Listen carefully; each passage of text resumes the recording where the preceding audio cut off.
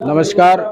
हम झज्जर हलके में पहुंचे हैं जहाँ जो कि गिरावड़ गांव है। गांव की सरदारी यहां पर मौजूद है। हम उनसे पूछते हैं कि झज्जर में लोगों का क्या मन है, क्या राय है, क्या कहना है। कांग्रेस की वोट देंगे क्योंकि दीपेंद्र अपना साथ। अरविंद शर्मा ने एक बार शकल दिखाई होगी, कभी दिखाई होगी इतनी हमने तो वो भी नहीं देखा। ये झूठे वादे करते हैं, यहाँ पर वो झूठे वादे नहीं करते, देते हो तो अपनी गोद में तो शब्द दे देते हैं कांग्रेस वाले। हो जाए ये 4 साल की कर दी, बच्चे के रास्ते हो जाया करते, ये भी कोई ना करे। 5 साल बैठते हैं, ये भी तो अपनी तनख्वाह लेते हैं।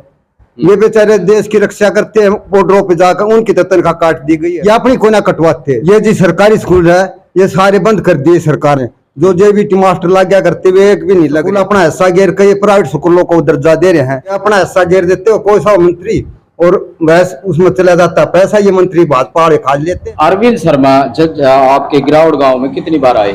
एक बार भी नहीं आया जी। 5 साल के 5 साल के मैंने एक बार भी नहीं आया।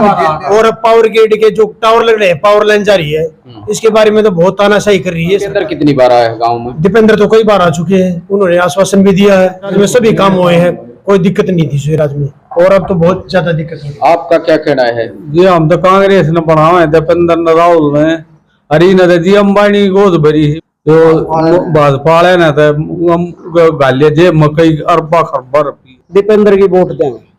दीपेंद्र की वोट? हाँ जी, दीपेंद्र बेदाग बालक से जितने मंत्री आ गए बालक है सारे बिगड़ से। आज तक दीपेंद्र पर कोई आंगली ठानिया नहीं हुआ। दीपेंद्र बहुत बढ़िया बालक सर, ना आज तक बिगड़ा है ना उसका कोई घमंड हुआ आज। आपका क्या? मोदी है तो मुमकिन। ये छोटे लेवल की बात नहीं, हम मोदी की बात करते हैं बस। अरविंद शर्मा हो या अपने दीपेंद्र जी हो। अरविंद शर्मा कह रहे हैं कि चेहरे को वोट देना है, मेरे काम को नहीं। वो 5 साल में नहीं आए। चेहरा मोदी का मोदी को वोट देनी। बताओ जो रामचंद्र राय वोट दिया करते कांग्रेसी करते थे कट्टरे। अच्छा, कट्टरे कांग्रेसी कर देते। वाल्मीकि काम सारे दिल्ली से चाहिए। अच्छा, वाल्मीकि समाज से हो? तो यहाँ पर कितने तकरीबन वाल्मीकि बने आड़े भी सारे किस पार्टी से वोट देंगे? सारे मतलब कांग्रेस की दिए सब वोट तब कांग्रेस। हाँ। अब की बार किसको वोट दोगे? हम तो वोट पंद्रह है वोट दीपेंद्र। हाँ, मोदी के तो कट्टोड़ बिना का दौड़।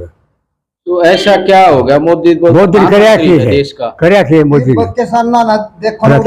मार के गिर दिए बालक। हम तो ध्यान नहीं मोदी।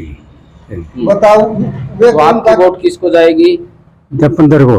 दीपेंद्र। और ये बीजेपी वाले हैं, झूठा प्रोपगेंडा। आदमी की समस्या से इन्हें कोई लेना देना नहीं है।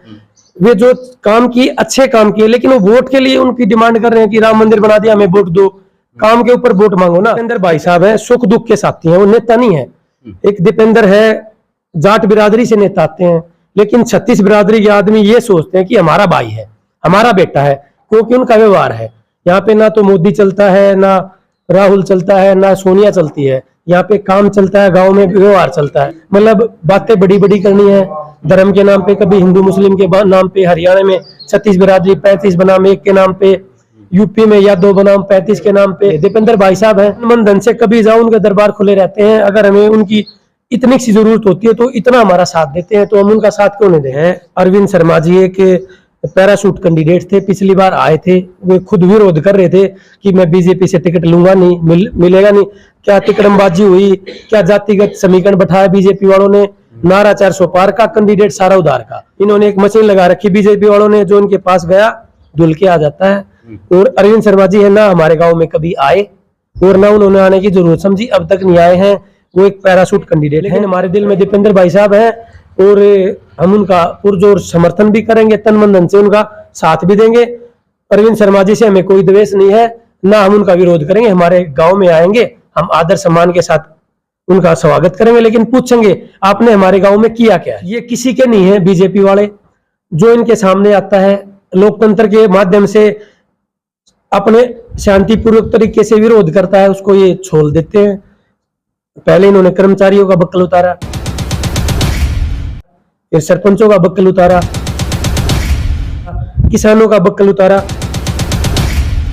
मतलब इनके सामने अगर कोई भी जायज मांगे उठाता है तो ये बकसते नहीं है। मिट्टी के बने हुए वोट मांगने गांव में आ जाते हैं। इनके पास कोई मुद्दे नहीं है, कोई विकास के मुद्दे नहीं है, बस भाईचारा तोड़ो, फूट डालो, डिवाइड एंड रूल का अग्निवीर योजना चला दी। बी ग्रुप में 15-20 हजार भर्ती कर दी, हमारे बच्चे लगा दिए गांव से 2-4 डी ग्रुप में, लेकिन यूपीएससी में हमारे बच्चे टॉप कर रहे हैं। मैं बताना चाह रहा हूं कि हमारे स्टेट में नहीं, हमारे देश में ही एचटेट जो शिक्षक पात्रता भर्ती मतलब टेस्ट है, सबसे पहले भूपेंद्र हुड्डा जी ने लागू किया था। उस टाइम पे थोड़ा सा जमाना दूसरा था, अब भूपेंद्र हुड्डा जी आएंगे जिन्होंने पूरे देश में सबसे पहले एचटेट लागू किया। हुड्डा जी के टाइम में खेतों में एक घर हैं, शायद उनके घर का रास्ता 25-25, 30-30 लाख, 50-50 लाख की लागत से बनता।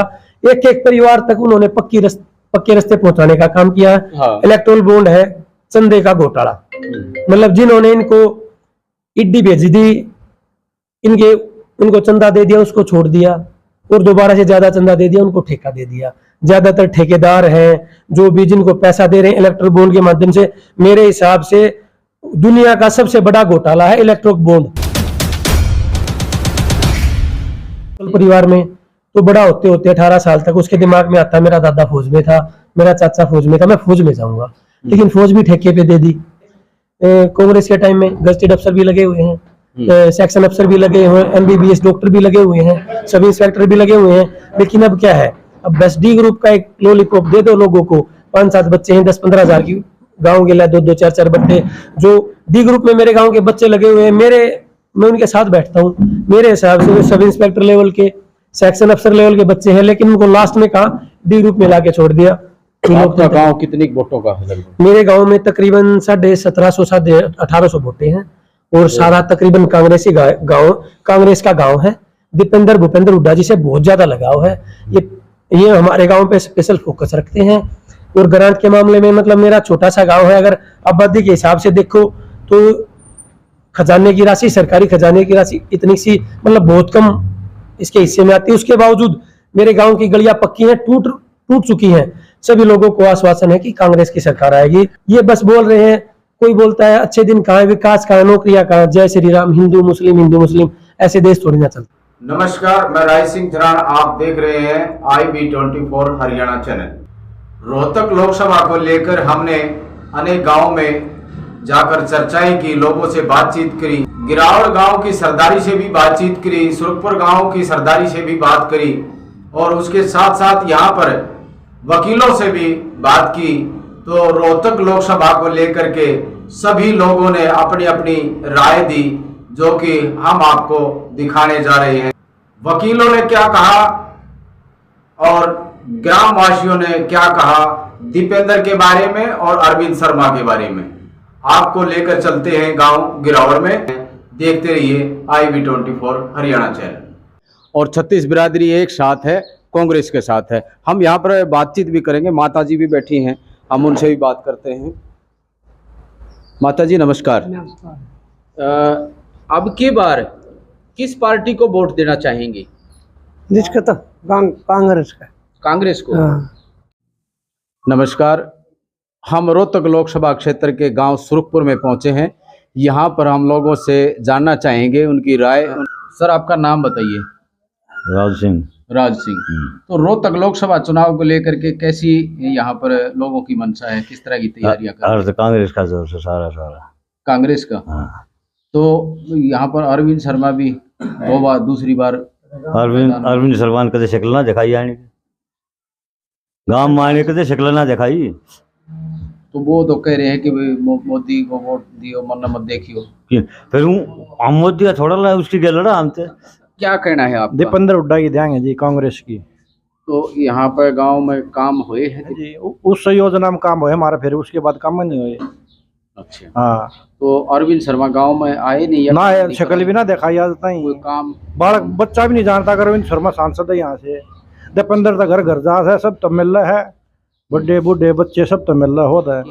आपका नाम? राजकुमार। तो क्या रोहतक लोकसभा को लेकर के क्या? दीपेंद्र को देंगे, दीपेंद्र को। हाँ, वो शर्मा तो धन्यवाद दौरा करना ना 5 साल शक्ल दिखाई ना, कोई काम नहीं, कुछ नहीं। अच्छा। हमारी वोट जाएगी दीपेंद्र का। तो अरविंद शर्मा भी तो हैं ना, क्यों हम नाइट गए अरविंद शर्मा ने, वो आया 5 साल। अच्छा। ना उनको काम करे, ना कोई खटर करे, उन्होंने किसी ने करे काम यार इस समय। तो संपूर्ण जी बताइए कि रोहतक लोकसभा चुनाव को लेकर के आपका क्या निर्णय है? मैं बीजेपी की दूंगा 100 का 100। एक धनखड़ न छोड़ को से कोई उठ अच्छा धनखड़ से आपका क्या ऐसा वो हो गया? ना नहर आउन दी के पर ना पानी आउन दिया। ई कांग्रेस के राज में भी मन इतना बुकल की रियायत दी उसका कहाँ पानी की कंप्लेंट करी जब करता ही पानी ना पहुंचने दिया। अच्छा हाँ तो अब ई बीजेपी की रिया बीजेपी की रही। दीपेंद्र सिंह हुड्डा का चुनाव मैदान में उतरना लगभग तय है। वो नहीं आते हैं तो उनके परिवार का कोई मेंबर आएगा। अरविंद शर्मा बीजेपी से हैं, दूसरी पार्टियां भी आएंगी, तो क्या मानते हैं आप? देखो अरविंद शर्मा के खिलाफ के जाएगी इनकम्बेंसी, कुछ उनका लोकल ना होना और दीपेंद्र का व्यवहार और लोकल होना पीढ़ियों तक का यही से नाता है, वो उसके फेवर में जाएगा। और जहाँ तक एक तक सुनने में आई है दीपेंद्र हुड्डा जीतते ही ये जहाँ से भी सुनने में आती है दीपेंद्र की वो नजर आती है। और कोई ऑप्शन आ जाता है तो अगर दीपेंद्र की जगह कोई और आता है तो वोट में कुछ फर्क पड़ेगा। भाजपा के साइड में थोड़ा वोट प्रतिशत ज्यादा। देखो एक बात और कही जा रही है, जीतने में फिर भी जोर लगेगा। एक बात और कही जा रही है और अरविंद शर्मा भी उधर ही घुमा रहे हैं कि चुनाव मोदी वर्सेस हुड्डा परिवार। देखो मोदी वर्सेस हुड्डा परिवार चुनाव था, पिछले 2 प्लान हो गए। वो जो मुद्दा था वो पिछले 2 चुनावों में फिक्का पड़ चुका है, क्योंकि यहाँ से लोकल भी जीत के जा चुके हैं सेंटर में और बाहर के कैंडिडेट भी आके जीत के जा चुके हैं। शुभ नाम क्या है? उमेश जून एडवोकेट। तो जिन सब क्या लग रहा है आपको रोहतक लोकसभा क्षेत्र है जो सांसद जी हैं, इलेक्शन हुए तब वो आ गए थे लोगों के बीच में, बाकी लोगों से मिलना जुलना कुछ नहीं। वो रहते कहाँ पे यही नहीं पता लोगों को। अरविंद जी और जो दीपेंद्र जी का जो है मिलनसार व्यक्ति है, नरम है और उनसे मिलना है तो कोई वो नहीं है कि भाई टाइम वो लेना पड़ेगा, कभी मिल लो जाके। जो उनसे मदद होती है वो करते हैं। वो एक जमीन से जुड़े हुए आदमी है, लोगों की समस्या को उनको पता है कि लोगों की समस्या है क्या है। इस एरिया के लिए तो अगर दीपेंद्र जी जीतते हैं तो अच्छा रहेगा, क्योंकि एक मजबूत नेता है और हमारी बात को पार्लियामेंट में अच्छे से उठा सकते हैं वो। ये रोड है बहादुरगढ़ से झज्जर आता है, आप इस रोड पे जाके देख लो, विकास कार्य तो यहीं पे दिख जाएंगे क्या विकास कार्य हुए हैं। और मेन रोड है दादरी को, और इधर से जो पीछे का एरिया जो होगा पूरा दिल्ली से जोड़ता है ये, लेकिन कुछ है ही नहीं। घुटनों तक गड्ढे हो रखे हैं, पूरा रोड टूटा पड़ा है। अगर इसी को विकास बोलते तो हो गया फिर तो। चलो एक रोड है, लेकिन बनवाया भी तो है ना, झज्जर से गुड़गांव 4 लेन बनवाया है, सांपला सोनीपत वाला 4 लेन बनाया, कुछ काम भी हुए होंगे। एमपी बने बता रहे हैं ये साथी। देखो फिर मेरी नॉलेज कम है, जब गुड़गांव वाला और इन्होंने बनवाया है तो पहले रोड ही नहीं था, पहले तो कच्चा रास्ता होता था ये शायद। नहीं 4 लेन बनाया, पहले डबल था, अब 4 लेन बनाया। मैं तो जी एक रोड बता दिया जिससे माता जाता हूँ। अगर और बहादुरगढ़ में जाके देख लो आप क्या हाल है रोडों के। आप झज्जर में देख लो रोडों के क्या हाल। आप इधर दादरी तरफ चले जाओ, झज्जर से छुछकवास रोड, इसका हाल देख लो क्या है। तो आप किसको बेस्ट मानेंगे? ऐसा जी बेस्ट देखा जाए तो बेस्ट तो पॉलिटिक्स में मौका होता है लेकिन यहाँ के लिए अगर दीपेंद्र हुड्डा जी अगर इलेक्शन लड़ते हैं और वो जीतते, देखो वो मेरे लिए नहीं, वो पूरे एरिया के लिए बेस्ट होगा।